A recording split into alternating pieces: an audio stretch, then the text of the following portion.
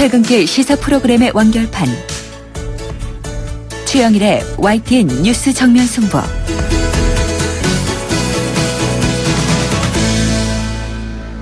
YTN 뉴스 FM 뉴스 정면 승부 2부 시작합니다. 오늘 오전 경기도 남양주시 지하철 공사 현장에서 붕괴 사고가 발생했는데요. 이 현장에서 작업 중이던 근로자 4명이 숨지고 10명이 다쳤습니다.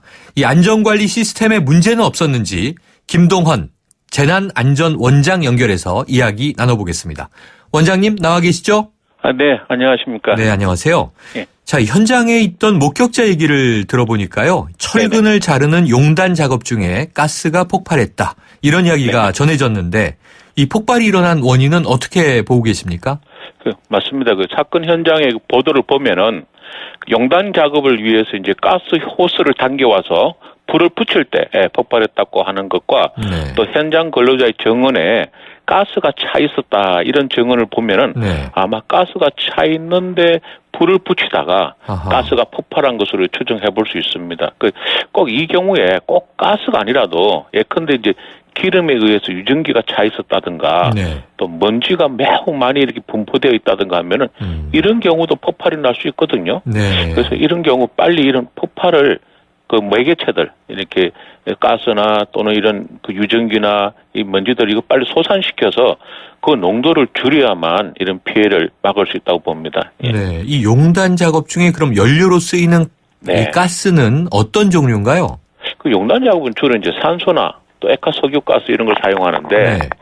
이 액화 석유가스라는 거는 이제 프로판이나 그 부탄을 주성분한 네. 가스를 네. 액화나 기화시킨 것을 말하거든요.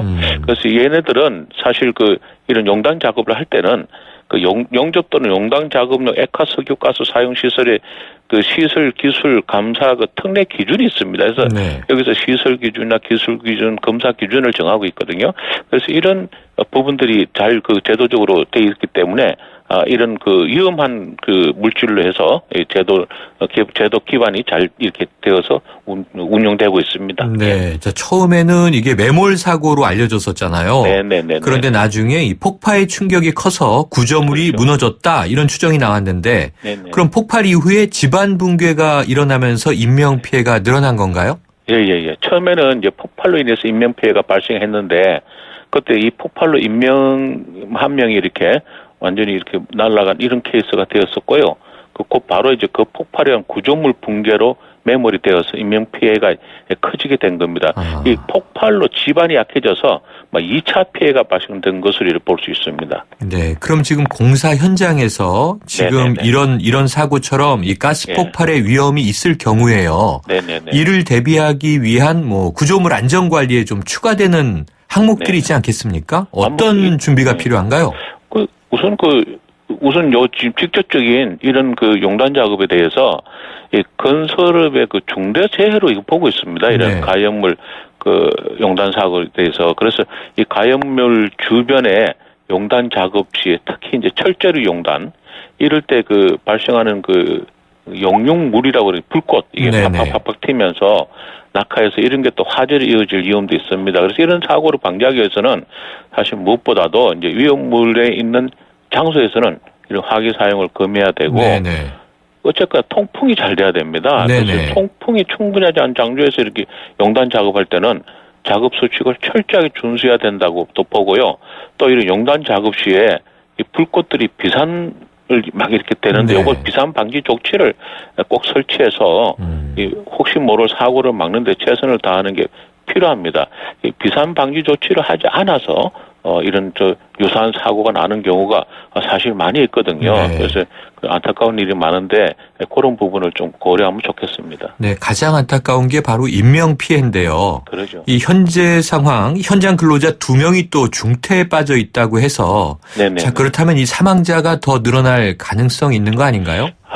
물론 늘어날 수도 있을 것으로 이제 생각됩니다만은 더 이상 피해가 이리 늘어나지 않기를 소망해 봅니다. 네. 자, 모든 공사 현장에는 안전관리 규정과 규칙이 있을 텐데요. 그러죠. 또 혹여 작업자의 과실도 있을 수 있습니까? 그럼요. 다 복합적으로 볼 수 있습니다. 그러나 이제 국가는 이번에 이제 건설기술진흥법을 마련하고 지난 5월 19일 며칠 전에 이제 시행령 공포를 하고 또 5월 25일 날은 시행령 규칙도 공포하고 해서 건설 현장 안전을 도모하고자 했는데 바로 이런 사고가 나게 되었다는 지금 사실입니다. 그 또한 또 국가는 산업안전보건법에서 이 근로자들의 안전과 보건을 지키도록 노력하고 있습니다. 그런데 이렇게 그 제도적으로 법률적으로 잘 이렇게 되어 있더라도 사실은 또 이 현장에서 이것을 잘 적용시킬 수 있느냐가 이제 참 중요한 그 문제가 됩니다. 즉 그 실효성 문제. 그래서 이거 법 따로 또 현장에 따로 이렇게 될 수도 있는 부분들이 있습니다. 예컨대 뭐 여러 가지 그 이 법제도상으로 복잡하고 또 이렇게 그 어떤 기준들을 이렇게 나열해 놨을 때 현장에서 그것을 다 애우고 그것을 뭐 적용한다는 것은 사실 힘들지 않습니까? 그래서 건설 현장에 투입되는 근로자들은 건설에 대한 그 안전보건 교육을 받습니다. 그 4시간을 받고 가거든요. 그런데 4시간에 자기 목숨을 지킬 수 있을 것인가는 우리가 한번 더 생각해 봐야 됩니다. 그리고 그 4시간만 받고 들어가는데 그거 한 번 받으면 끝이에요. 더 이상 교육을 안 받는데 보수 교육도 없고 그래서 뭐 몇 년 지나면 다시 보수 교육도 시켜서 좀 더 이렇게 그 작업자들이 그 안전을 지키고 할 수 있도록 이렇게 하는 게 필요하다고 봅니다. 그래서 즉 이 모든 법 제도부터 사실 또 이렇게 공사 시행하는 시행사나 시공사나 또 이 근로자나 모두가 사실은 합시가 같은 생각으로 이것을 잘 그 유지하는 게 필요하다 이런 생각을 합니다. 네, 안전교육의 중요성 강조해 주셨는데요. 그러죠. 자, 근데 공교롭게요. 또 며칠 전에는 구의역의 지하철 이 스크린도어 사고가 나지 않았습니까? 그렇습니다. 그런데 이게 처음에는 근로자가 안전수칙을 지키지 않았다 이렇게 좀 몰고 가는 보도가 나오다가 그렇죠. 유가족에게 참 큰 상처를 주기도 했는데요. 그렇습니다. 이 남양주 사고의 경우에도 좀 근로자의 과실로 몰고 가는 경향이 없지 않겠는가 하는 우려도 있습니다. 어떻게 보세요? 글쎄요, 지금 좀 더 이제 이 조사를 해보고 또 해봐야 되겠지만은 남양주 이 사건에 관해서는 총체적인 어떤 문제가 있지 않나 이렇게 좀 저는 판단합니다. 네네. 지하철 스크린도어 사고 자체는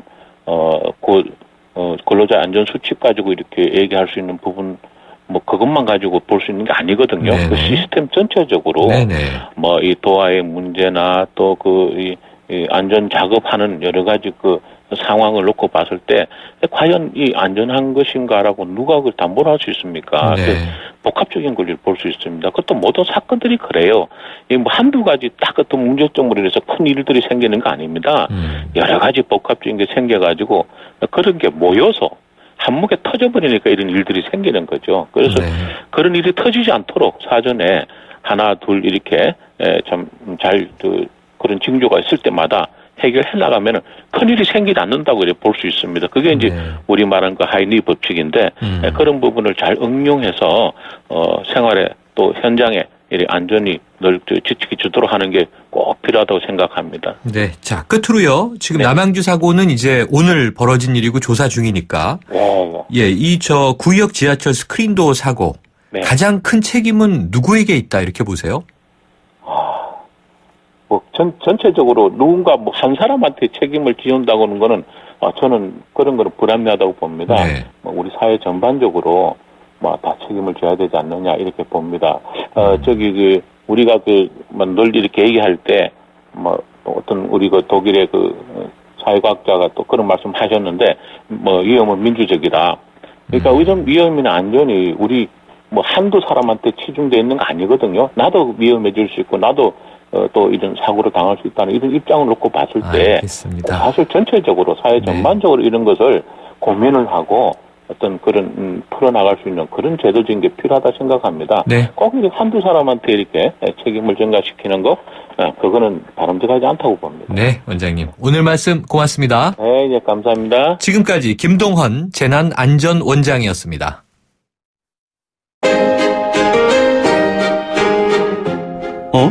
지금 듣고 있는 라디오가 뭐지? 아하, YTN 라디오. FM 94.5MHz YTN 라디오.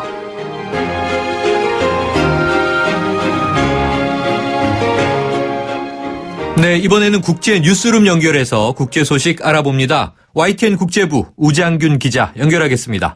안녕하세요. 네, 보도국입니다. 네, 자, 일본에서 간접 흡연으로 인한 사망자가 1년에 15,000명에 이른다. 이런 보고서가 나왔다고요? 네. 일본 후생노동성의 보고서에 따르면 간접 흡연으로 인한 사망자가 1년에 15,000명에 이르는 것으로 추산됩니다. 질환별로는 폐암이 2,484명이었고 심근경색을 비롯한 허혈성 심장질환이 4,459명, 뇌졸중 8,014명, 영유아 돌연사 증후군 73명이었습니다. 성별로 보면 남성이 4,523명, 여성이 1,434명으로 나타나 여성이 남성의 2배 이상인 것으로 조사됐습니다. 여성이 남성보다 많은 이유는 가정 내에서의 간접 흡연율이 여성이 압도적으로 높기 때문입니다. 세계보건기구에 따르면 2014년 현재 영국, 캐나다, 브라질, 러시아 등 세계 49개국이 공공장소의 실내 금연을 법으로 정해놓고 있습니다. 간접 흡연으로 인한 사망자를 줄이기 위해서 일본에서도 실내 금연을 법제화할 필요가 있다는 의견이 힘을 얻고 있습니다. 네, 그렇군요. 자, 이 미국의 오하이오주 신시내티 동물원에서요, 이 고릴라 사살 사건 발생하지 않았습니까? 그런데 이 파장이 결국 경찰 조사로까지 확대됐다고요? 네, 그렇습니다. 동물원 우리에 떨어진 남자아이를 구하는 과정에서 멸종 위기종 고릴라가 사살된 사건이 있었는데요. 미국 현지 경찰이 아이의 부모를 상대로 조사에 나섰다고 합니다. 이번 경찰 조사는 아이가 위험에 처할 때까지 제대로 돌보지 않은 엄마에 대한 비난 여론이 커지면서 시작으로 보입니다. 지난달 28일 미국 오하이오주 신시내티 동물원에서 4살 남자아이가 고릴라 우리에 떨어지자 동물원은 17살 난 수컷 롤런드 고릴라 하람베를 실탄으로 쏴 사살했습니다. 특히 하람베가 떨어진 아이를 조심스럽게 다루는 장면이 담긴 동영상이 공개되면서 과잉 대응한 동물원도 책임을 져야 한다는 주장도 계속 나오고 있습니다. 롤런드 고릴라는 전 세계 400마리 정도만 남은 것으로 알려진 멸종 위기종입니다. 네. 자, 중국으로 가보죠. 이 중국은 이 가짜가 워낙 많은 것으로 알려져 있는데요. 이 대학도 무허가 짝퉁 대학이 있다고요? 네, 그렇다고 합니다. 중국에서 대입 시험인 가오카오가 다음 주로 다가왔는데요. 포털과 모바일을 통해서 학부모와 학생들을 현혹하는 무허가 짝퉁 대학이 판치고 있다고 합니다. 짝퉁 대학은 중국인 학생과 학부모가 주요 타깃이지만 중국의 고등학교에 조기 유학 간 한국 학생들도 피해를 볼 수가 있어 주의가 요망됩니다. 이들 엉터리 대학은 인터넷상에 거짓 학교 소개를 올려서 학생을 모집한 뒤에 인터넷 강의를 한다며 부실한 수업을 제공하고 가짜 졸업장을 주기까지 합니다. 중국 포털 바이두는 지난해보다 73개가 추가된 모두 401곳의 가짜 대학 명단을 밝혔습니다. 주요 특징을 보면 베이징 정보처리대학, 베이징 현대경제무역대학 등 베이징, 국가, 중국 명칭을 내세워서 신뢰도를 높이려는 경우가 아주 많았습니다. 네. 자, 다음은 유럽 소식이군요. 이 알프스 산맥을 관통하는 터널이 17년 만에 개통됐다고요? 네. 알프스 산맥을 관통해서 스위스와 이탈리아를 잇는 세계 최장의 철도 터널이 착공 17년 만에 개통했습니다. 이 터널은 총 57km인데요. 지금까지 최장 철도 터널이었던 일본 혼슈섬과 홋카이도 섬을 잇는 세이칸 터널보다 3km가 더 긴 것입니다. 오는 12월부터 정상 운항이 시작되면 하루 260대 화물 열차와 65대 여객 열차가 최대 시속 250km의 속도로 유럽 북쪽과 남쪽을 오가게 됩니다. 터널을 통과하는 데 걸리는 시간은 17분으로 취리히에서 밀라노까지 걸리는 시간은 현재보다 1시간 빠른 2시간 40분까지 줄어듭니다. 네. 지금까지 보도국에서 전해드렸습니다. 네, 지금까지 YTN 국제부의 우장균 기자였습니다.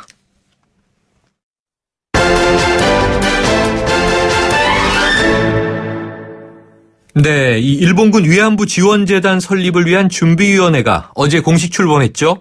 어제는 김태현 재단 설립 준비위원장을 인터뷰했었는데요. 오늘은 일본군 위안부 피해자 할머니들의 입장을 들어보는 시간 마련했습니다. 할머니들이 계신 나눔의 집 안신권 소장 전화 연결돼 있습니다. 소장님 나와 계십니까? 예, 안녕하세요. 네, 안녕하세요. 자, 오늘이 6월 첫날이면서 또 수요일인데요. 그럼 오늘도 어김없이 수요 집회가 열렸겠군요.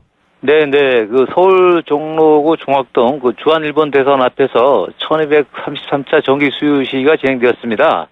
그 시위에는 이제 피해자 김복동, 기록은 할머니 두 분과 200여 명의 시민들이 함께 했습니다. 그 김복동 할머니는 이제 발언해서 우리는 돈이 탐나서 싸우고 있는 게 아니라 아베가 직접 나와서 잘못했다고 사과해서 우리 명예를 회복시켜달라고 요청했습니다. 예. 네, 자 어제 지원재단 설립을 위한 준비위원회 공식 출범 소식 나왔죠? 네. 그런데 이 위안부 피해자 할머니들의 입장을 담아서 이 한국정신대문제대책협의회가 공식 입장을 밝힌 것 같은데 그 내용은 뭡니까? 예, 그 5월 31일 그 피해자들이 원치 않는 재단 설립을 반대한다는 그 정대협과 나눔의 집을 비롯한 관련 단체 연대 성명서를 발표했습니다. 네. 예, 관련 단체들은 12월 28일 합의는 피해자를 배제한 절차적 내용상 문제를 갖고 있는 합의이며 돈으로 정부가 피해자들을 입막음하고 또 더 나아가 재단 설립 강행은 그 피해자와 지원 단체 또 국민의 뜻을 저버린 것으로 정부를 강력하게 규탄했습니다. 또한 그 한일 정부 간 합의는 배상도 아닌 돈으로 피해자들을 입막음하고 역사를 지우려는 악의적인 시도로서 피해자를 향한 또 다른 국가 폭력이라고 발표했습니다. 네. 앞서 그 5월 18일에 열린 그 14차 그 일본군 위안부 피해자 문제 해결을 위한 아시아 연대 회의에서 많은 아시아 피해국이 참가했고 피해자들로 참가했는데 네. 여기에서 그 12월 28일 합의가 양국 정부의 주장대로 최종적이고 불가역적인 해결이 될 수 없으며 그 잘못된 합의로 그 일본군 위안부 문제를 종결짓고자 하는 한일 정부를 강력히 또 규탄했습니다. 예. 네. 자, 그런데요. 저희가 어제 이 김태현 위원장을 인터뷰했는데요. 이 위안부 피해 할머니들 29분을 1시간 이상씩 만났다. 이렇게 이야기를 했는데 이거 맞습니까, 일단? 이제 믿을 수 없는 발언입니다. 네. 왜냐하면은 2015년 11월 여성가족부 발표 내용을 보면은 네. 그 생존 피해자들은 평균 89세의 고령으로 노환 또 치매 등으로 인해 혼자서는 보행이 어려울 정도로 건강이 매우 좋지 않은 경우가 대부분이고 네. 그래서 여성가족부가 1:1 맞춤형 지원 체계를 확대하겠다고 발표했습니다. 네. 그리고 그 나눔의 집은 민간 시설로서 저희가 그 작년에 외부에 계신 피해자 22분을 직접 지원을 하면서 네. 면담을 했는데 그 피해자들이 초고령자이고 또 속노후유증과 또 각종 노인성 질환으로 인지나 판단력이 가능한 분은 손에 꼽을 정도입니다. 네. 그래서 외부에 계신 피해자들 중 의사 표현이 가능한 분은 10분 이내로 알고 있습니다. 그리고 평균 90세의 초고령 연세인 피해자들에게 1시간을 가지고 합의한 내용을 전달한다는 것 자체가 불가능합니다, 이게. 네. 자, 그러면 좀 의구심을 제기하셨는데요.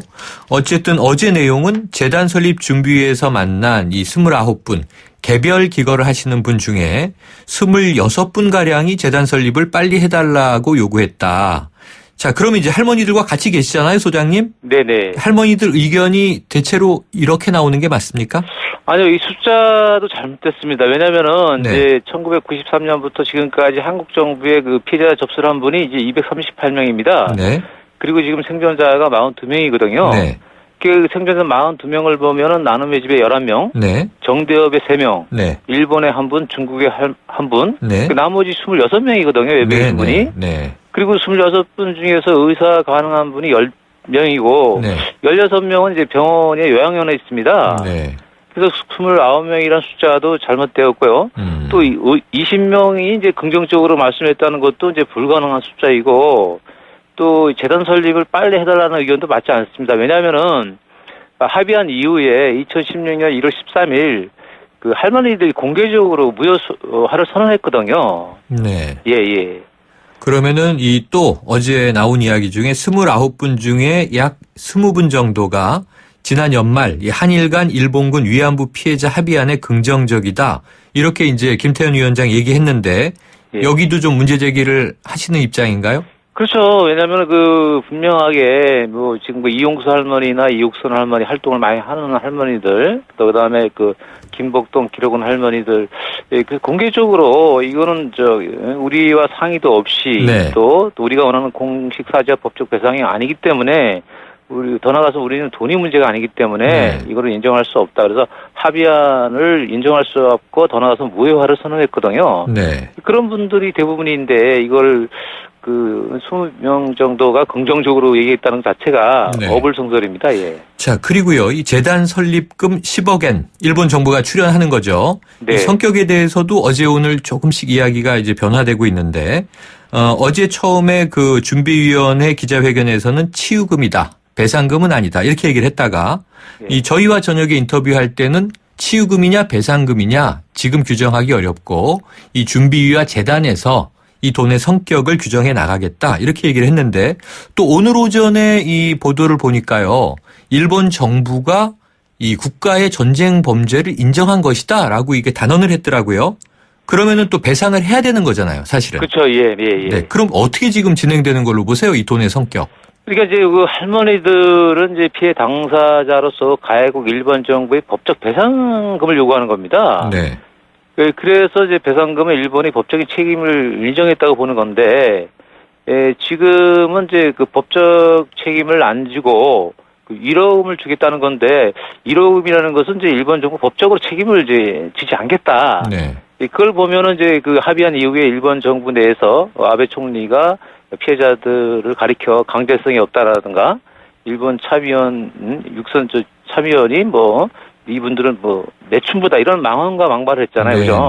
네. 그리고 또 오늘 뭐 오후에도 뭐 그 소녀상 철거 없이는 이런 10억엔을 지원할 수 없다는 것이 일본 국회의원들의 뜻이라는 또 보도도 나왔지 않습니까, 그죠? 아하, 네. 네, 그렇다 보니까 이게 지금 한국 정부 내에서도 정리가 제대로 안 되고 또 할머니들이 원치 않는 합의를 하다 보니까 이제 오락가락 하는 겁니다, 이게 지금.